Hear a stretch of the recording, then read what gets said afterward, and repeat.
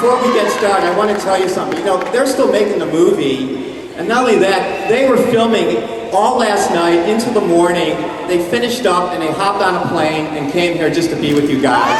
I'm so grateful.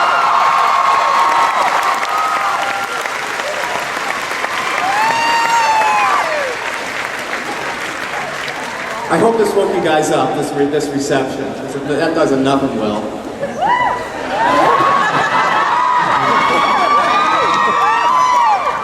Chris Carter.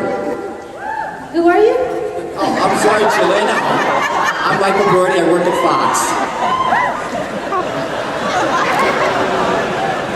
Fox. Chris, question for you and Frank. It's been 10 years since the last movie, 6 years since you wrapped up the show.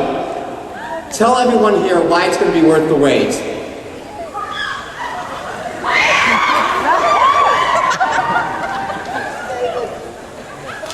How did you know about Frankie and Larry?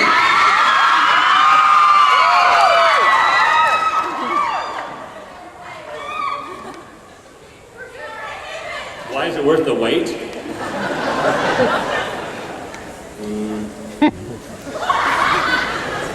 It is a good question. Because it'll scare the pants off you. Because you'll get to see Mulder and Scully again in a whole new way.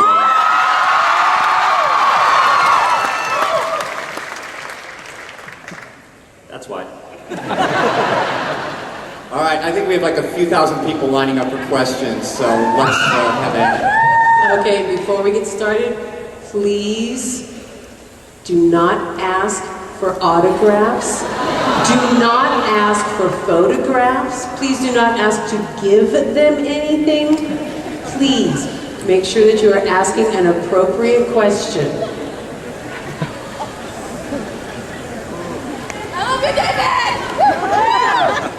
Hi. First of all, I just want to say it's an honor to be standing in front of two people I've been watching since I was 10 years old. It may sound a little premature, but I was just curious. Do y'all anticipate making any more movies following this one, or does it depend on the success of this one? I'm sorry, what's the question? Okay. Do you anticipate making any more movies after this one? Right away. I just want to thank you for taking the time to be here. It means a lot. And my question is, for Jillian and David, what was it like getting back into the roles of Mulder and Scully after all these years? Was it hard, or what was that like? I had a really bad first couple of days. I thought that it was going to be really easy to just kind of step right into it, and I came to work very confident. I just sucked. I sucked for a good 48 hours, I think. Unfortunately, there were two very important scenes, but hopefully they'll just kind of dissolve into the rest of it. But it was harder than I thought. Maybe we should tell them what scenes you sucked in.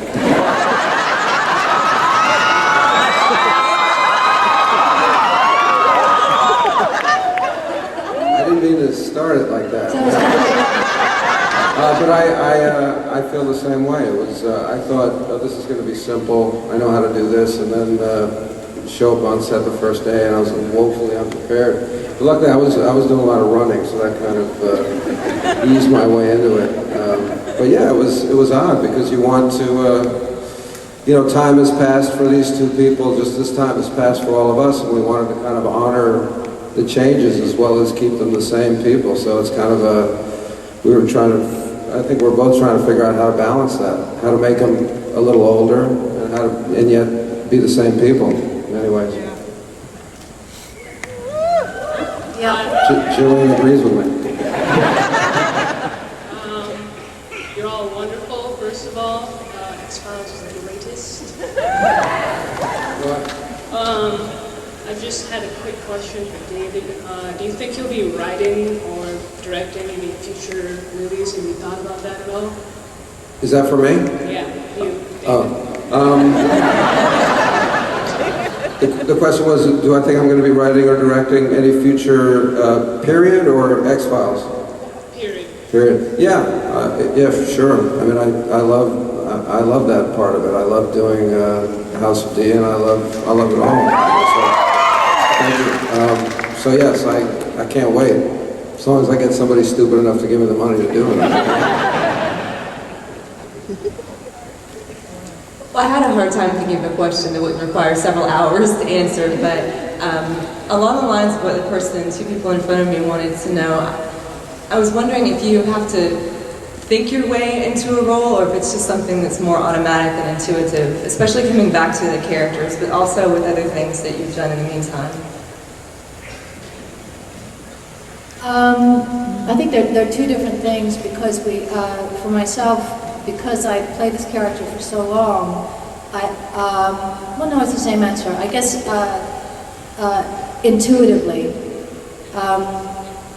but something that I didn't anticipate was because since the series has ended and I've tried to the best of my ability, do things that are different from Scully, that when I had to play her again, my brain was saying, no, stop, don't give that expression, don't answer something like that, because that's Scully. And I was like, yeah, Scully, you're supposed to be Scully. It was very confusing. But with other stuff, thinking, I mean, for my own process, it's a mixture of thinking and figuring something out, and also trying to pay attention to the first intuitive response on something, and allow the first intuitive inkling to kind of inform the later inkling after you've thought it out and exhausted the thinking, kind of, if that makes any sense. I just kind of say the words. No, I agree with that. I think it's actually harder, in all honesty, to come back and do a role that you've done for a long time, because you do want to use your intuition like you do at any time when you're creating something, and yet you have this entire body of work behind it that is already created, an entire history, as well as visual images that are holding you to a certain way. So it's tricky, but it was an interesting challenge, I thought, and tricky for Chris too, to kind of steer us through that and remind us. Well, I would ask Chris and Frank, how hard was it for you to put pen to paper after all these years and get back into this world and write for these characters? Well, writing was always hard for me, but I was surprised how quickly I reconnected with the characters of Mulder and Scully. It was like missing people that I had found. And, they lived in my imagination for so long doing the series. And after an absence of 6 years, it was like there they were. And that came very quickly, and that was sort of a nice surprise.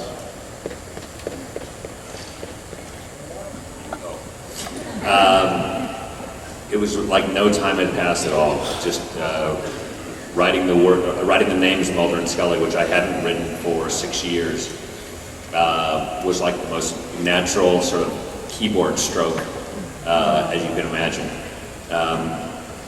It was like, I don't know, it's been like a dream, the whole movie making process. It has. It's been a great experience. It's been fun. Did you like the trailer, by the way? I'm gonna make sure.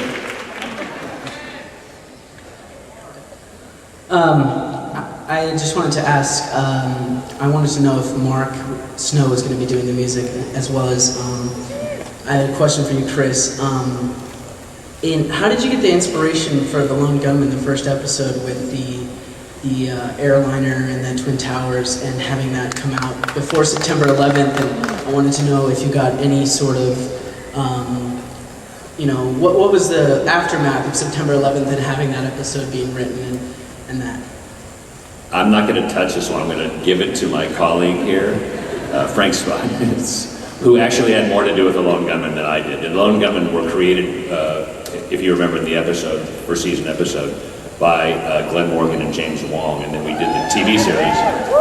But Frank really had so much more to do with it, and especially that part of the storyline. I think he has a special underground connection. No, actually, no connection at all. But yes, Mark Snow is doing the score for the movie. But we were just looking for the most awful crime we could imagine, and it was as simple as that. And I think all of us, I hate to say that, my first thought that morning of September 11th was a lone gunman. And I was stricken with the thought that maybe we, had somehow inspired it in some way, and I was greatly relieved to learn the plot that existed long before that was on network television, and then disturbed that if we could imagine it, our government didn't, and I didn't understand why we weren't prepared for a tragedy like that.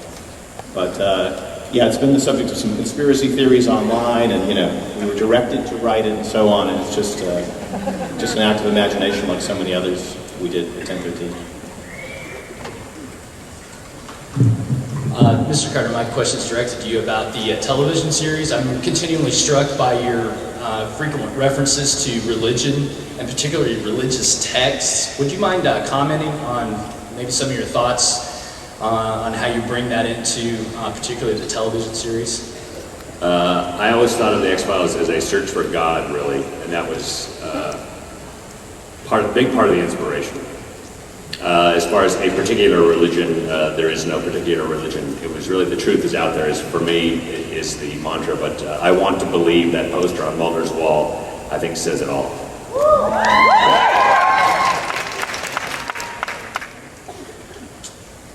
David, Jillian, Chris, thank you guys for all coming out today. It really means a lot to everyone here.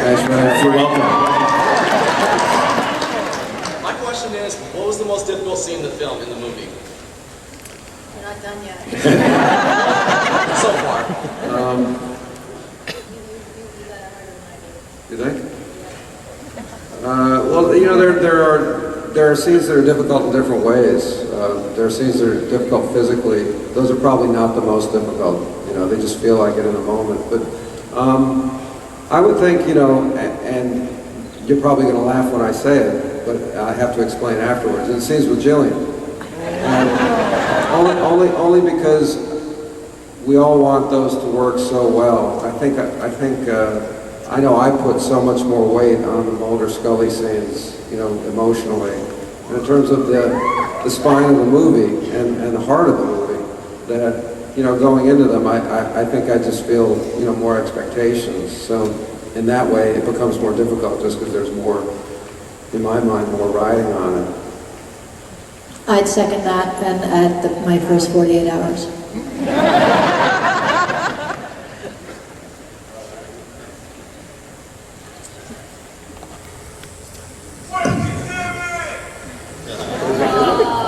We love Exhibit. Hello. My question actually is for Jillian, and it's not X-Files related, sorry. What's the status on the speed of light? And I love you. It's a work in progress. It's a huge burden of guilt on my shoulders, but it'll get there, I promise. Chris, since the gentleman out there brought it up, Exhibit, and you have Amanda Peet you saw in the trailer, and Billy Connolly, of course. Can you talk a little bit about them and casting them and what brought them to the X-Files? Yeah, if it hasn't been leaked already, Amanda Peet plays an FBI agent, actually a special agent in charge named Dakota Whitney.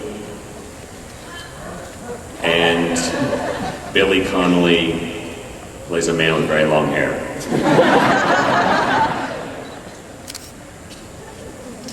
Throughout the years, the X-Files has interacted with a lot of classic science fiction narratives, like the postmodern Prometheus and vampirism. So I'm wondering if there are any kind of personal, maybe narratives that you grew up with in childhood that didn't get to be explored in the show, or maybe just something throughout the years you just kind of wished, you would have had an episode about.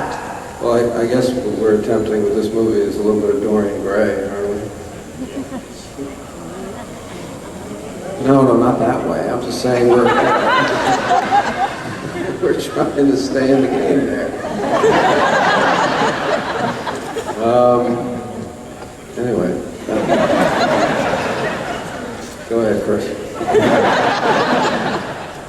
I always thought that Mulder should, I don't think we ever did this, autoerotic asphyxiation. I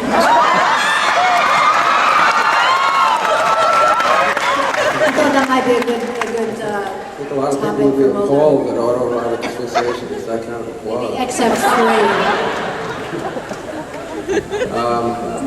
But I was supposed to be the way, that was the way I was going to die. That was the way Mulder was going to die. Except What? Chris?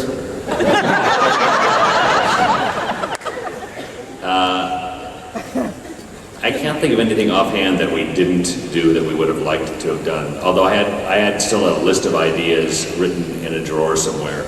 So there were lots, I think, more X-Files to make, but I think we ended the show right about the right time. It was, there was a big change in the country after 9/11, and I think now coming back, things have settled a little bit, and I hope that the mood is right and the appetite is right as well.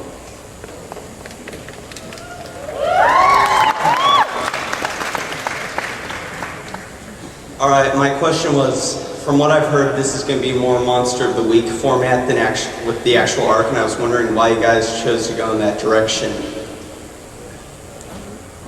We chose, when we did the first movie, we had an ongoing TV series, so we had to be true to the series and the mythology arc, and so the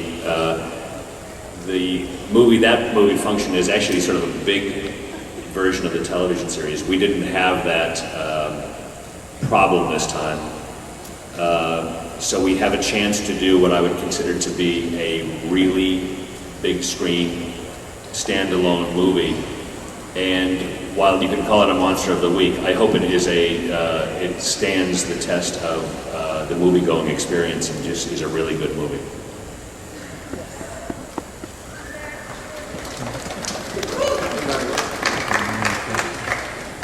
I have a question for David. Yeah. You were able to almost achieve a PhD and become extremely famous. And I just want to know...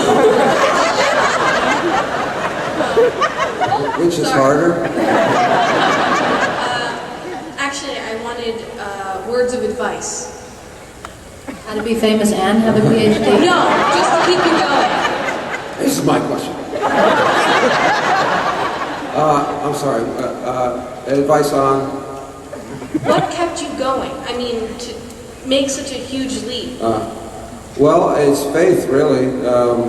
It's just intuition and instinct and following your gut. You know, if you believe in if you believe that you can do something, this is going to sound inspirational in a way that I don't want to be. Because for me, it was just a feeling that this was an avenue that I wanted to go down, and then the avenue kept on going. You know, so I would just say, you know, listen. Yeah, it's inspirational, isn't it? It's just listen to those voices that you no doubt have in your head. You know, you have to listen to all of them. You know, and try to find, try to follow them. I mean, it's really. I'm being sincere here. I am. Hi. One of my very many favorite episodes of The X-Files was the one that was actually directed by Jillian.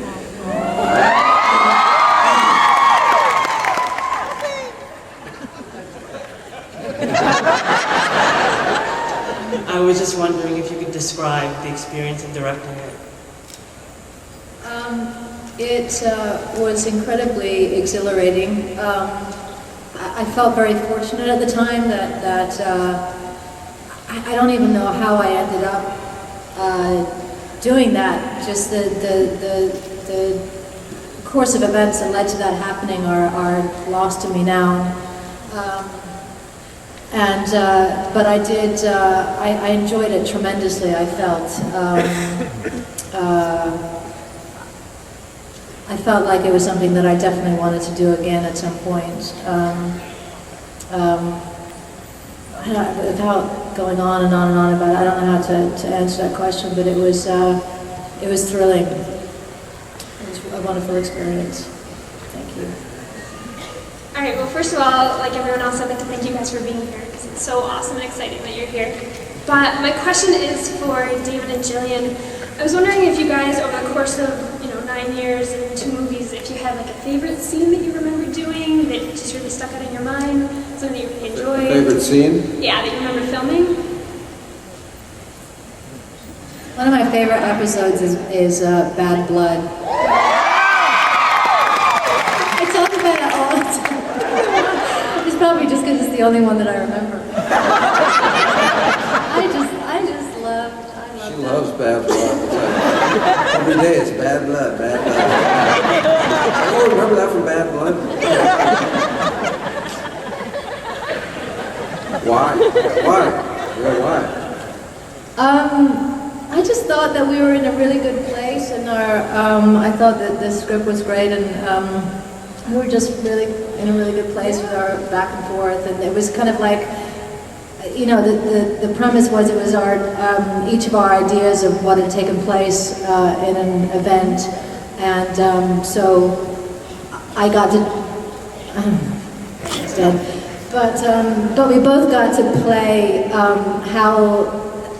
the other person's perception of ourselves. So I was incredibly moody and bitchy and in a bad mood, and David was going on and on and on.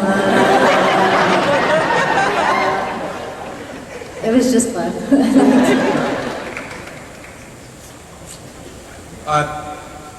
You guys, this question is for all of you guys. A lot of shows, when they end, the actors and the creators, they're just done with the show and the characters. Did it take like a group effort from you guys, or was it a thing where you guys were all on board but waiting for the execs to greenlight it? I'll tell you why this movie was made. It was made because of him, because of these two people who wanted to make it, and David was particularly inspirational.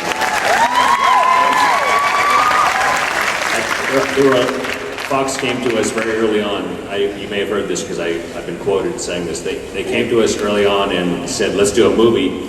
And we started working on it, and then there was a lawsuit and that stopped us working on it. And then we came back to it again when Fox picked up the phone and said, it's now or never. And I have to say, these people sitting around me are the reason we're doing it, because they said, let's do it now.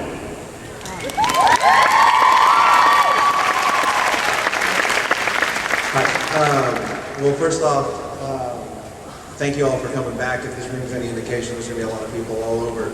We're real happy to see this. That'll be great. The other thing, briefly, he asked about the Monster of the Week thing. Is the mythology just completely out? Because especially with it, being like 2008, and with the end of the show talking about 2012 and all that, that seems like a hard thing to kind of ignore. Like, That's still 4 years away. So, is that going to be addressed at all? Yeah, we've talked about it, and we want to be true to the series and the mythology, but we want to make sure that we just do the best movies we can and do what feels right, like we've always done. And I'd say that 2012 date is certainly looming in our minds. Hi, welcome to San Francisco. Thank you. I was wondering if I could ask the two actors, coming from a house that only really was allowed to watch one TV show a week, and you guys were that show. What do you like to believe? Your show really spent a lot of time talking about that issue, and I'd like to know personally. What was the question? What do you like to believe? What's your What do we like to pleasure? believe? What do we like believe? Yeah. Can I ask you a question? Are you from Sherwood Forest? Why, yes, I am.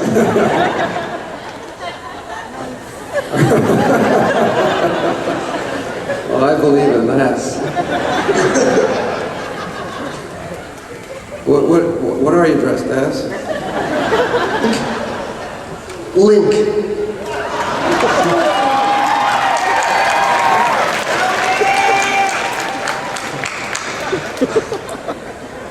Who? If my dad knew I was talking to you in this costume, oh my god. I think you look great. Is this a fetish? It will be on the internet soon. knows?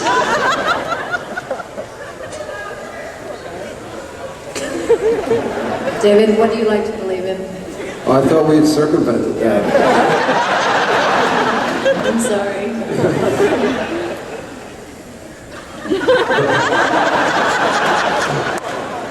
This is to all of you. It seems like X-Files has been a predecessor for so many crime dramas like CSI and others that are on now. What do you feel the current film delivers in the realm of, technology and FBI procedure, in standing up against all these, pretty high-tech series that are happening now? Well, I mean, I think to give all the respect to Chris and Frank that they deserve, the storytelling, the X-Files, I think was always much more sophisticated than those shows because they relied, basically on these crazy hunches and then the science bears them out. And the struggle in the not that I've never seen one, so I'm talking out of my ear. But the struggle in the X-Files, the procedure of the X-Files is always the battle between Mulder's point of view and Scully's point of view. So I think that it will always have that, and that's actually always what sets it apart. And I don't think that the gimmicks and the bullet going through the meat and all those things that's all I've ever seen. I mean, I don't know if you go to the movies for that. I think you go for the philosophical battle and the drama of solving a case with intellect. In a way. I don't know.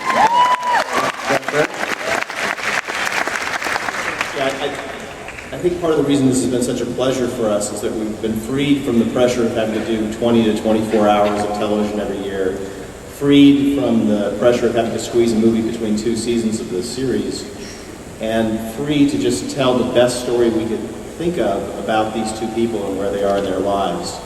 And we love these characters, we love this show, so we didn't feel the need to compete or think about other stories that are being told. We just felt the need to tell the best story about these people, and that's what we think we've done.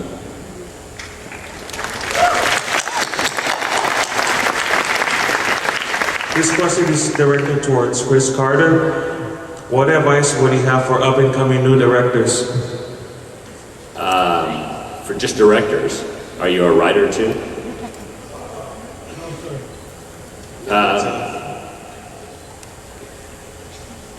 Be careful what you wish for.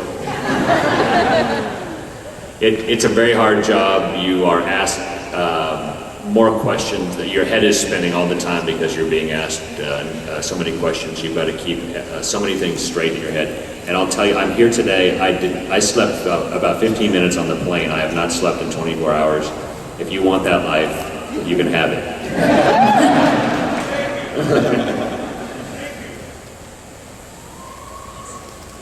First off, I've been a fan like the first girl since I was 10 for about 15 years.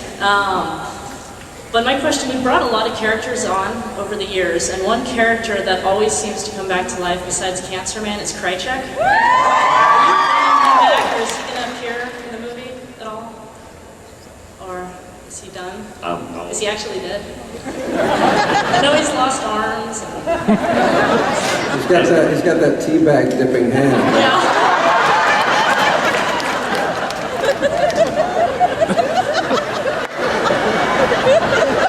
I could go all day. It's a good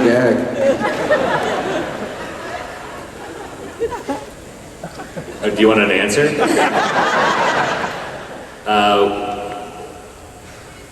We are keeping a secret, and I think that you'll all appreciate that we are, who's going to appear in the movie. And besides David and Jillian, of course. And Amanda Peet, Billy Connolly, and Exhibit. So I'll just say to you that nobody's ever really dead in the X-Files.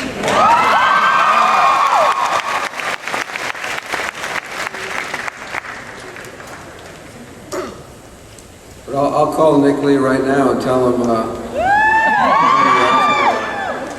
get a kick out of that. Hi, it's great to see the 4 of you here. David, one of my favorite movies in the world is Evolution, and, well, you have the most beautiful woman on the planet sitting next to you. Can she co-star in the next one? Please? It's fine by me. I don't believe they're going to make another Evolution, but if they did, I think Jillian would be terrific, and we'd be lucky to have her.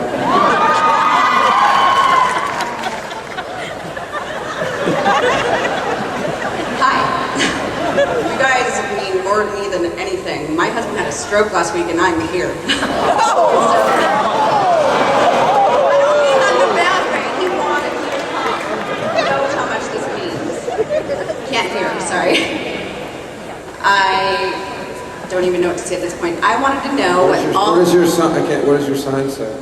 It says, I love you guys so much. I named my son Xander Fox Thorstead, which his initials are actually in school TXF. So, but anyway, my question was, what were the three of your favorite episodes? But we already know Jillian's, and Luke Wilson says hi. I met him at Pebble Beach last week. But what is your favorite episode, David, and what is yours, Chris?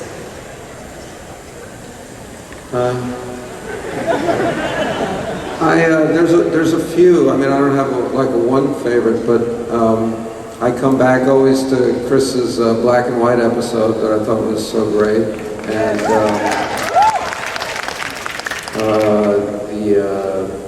the Charles Nelson Riley one, and Bad Blood. Chris? I have many. It's really hard. I'm asked this question, and I say Postmodern Prometheus because it was very personal.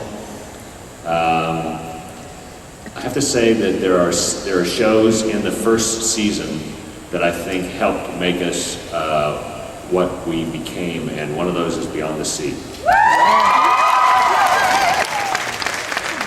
I think it was a great role for Jillian. I think it really showed what the show could be. And It meant that they didn't fire me, which is what they really wanted to do. That's not true. Anyway, that is among many episodes that I think are great. I think David's baseball episode is terrific.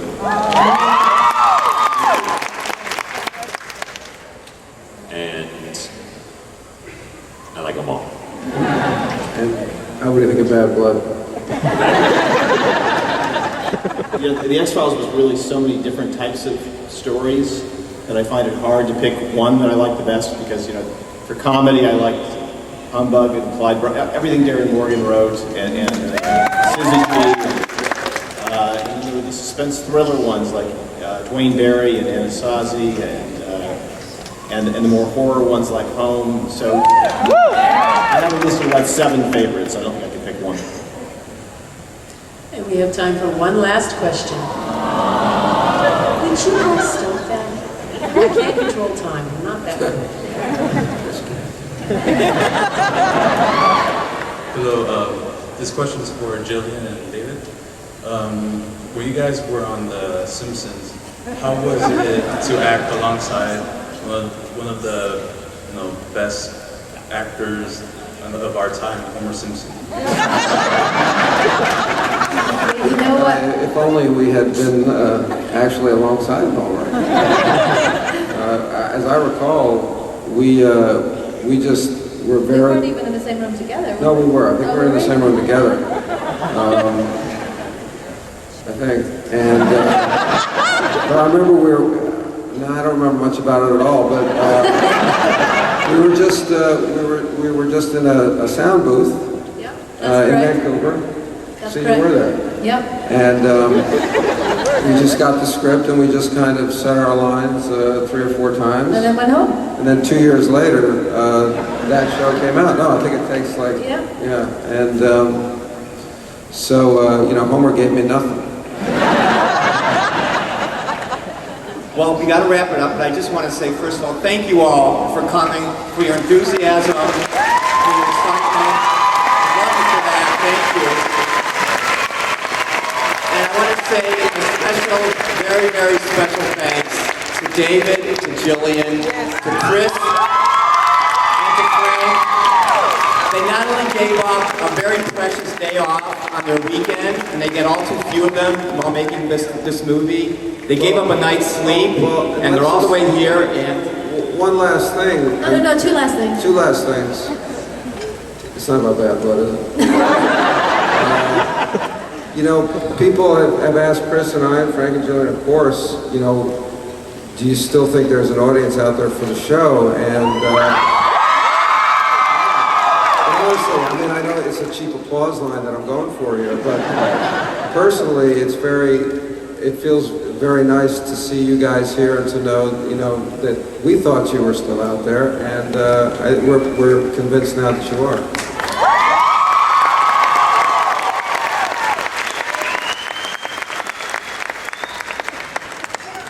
I'm just going to do a little plug that we've got a couple of doodle days coming up, which have doodles from David and Chris and Mitch and Exhibit and Belly and a whole bunch of other people coming up to raise money for one of my charities. So you can go onto the site to look for that. But there's also going to be an auction of X-File, is it memorabilia or paraphernalia? One of those things, prophylactics. X-Files related material on my website before the opening of the movie. So keep your eyes open. Chris, any parting words? No, I just, this is very, very exciting to see all of you out here. We are working blind right now. We're working very hard to make a great movie, hoping that there's a big audience and that we can make more movies.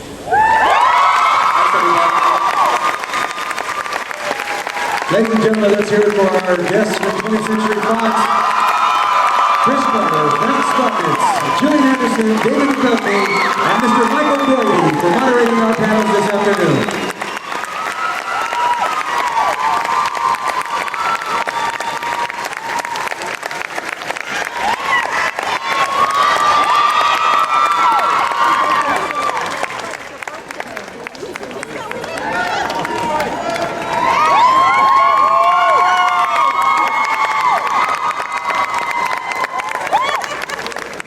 Everybody.